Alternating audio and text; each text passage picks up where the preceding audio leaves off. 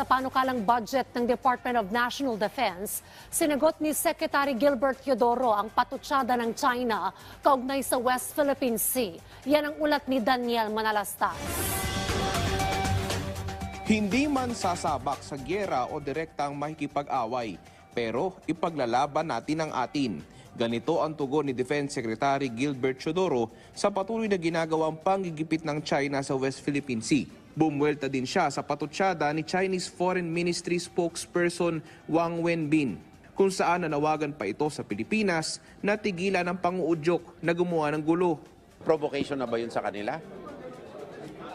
Ano ba ang provocation? Yung paglalagay ng barrier o ang pagtatanggal ng illegal na harang? Hindi naman tayo nag-i-steer ng trouble, hindi naman tayo ang kumukup-kup eh. Yan yung hindi nila maintindihan eh. Ang propaganda nila na ginagamit eh. Sa budget hearing sa Senado, sinabi naman ni Teodoro na mas kakailanganin nila ng reserve force sa hinaharap, lalo na sa Philippine Navy at sa Philippine Air Force. Kaya naman, naungkat ng mga senador ang panukalang pagbabalik ng mandatory ROTC. Hinahanda po namin ang organisasyon na tumanggap ng reserve force. At saka may comment ho sa ang ating kasama na sana po mapalitan ng nomenclature ng ROTC para ang mga ekspektasyon ng mga bata ay hindi umangat. Kasi hindi po lahat yan magiging opisyal.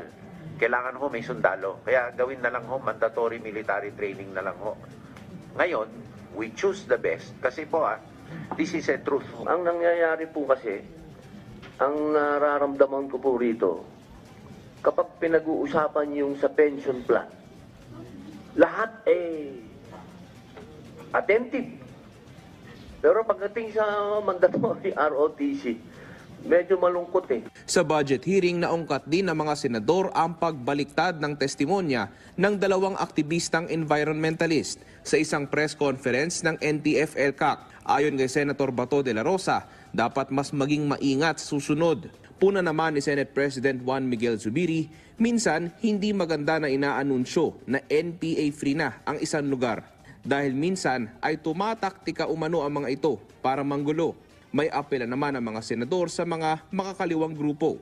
Sumama sila sa atin para mawala yung korupsyon, para mawala yung kagutuman, para mawala ang kahirapan. Imbis na mamamaril pa kayo ng kapwa Pilipino. Mas maganda pa, mag-volunteer na lang sila, sumama na sila sa reserve force. Doon na natin ilagay sa Pag-asa Island.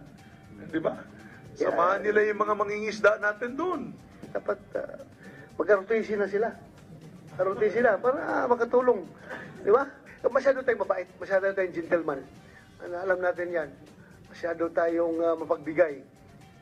To the point na yun pala, is nilalaso na pala tayo sa sarili nating tubig.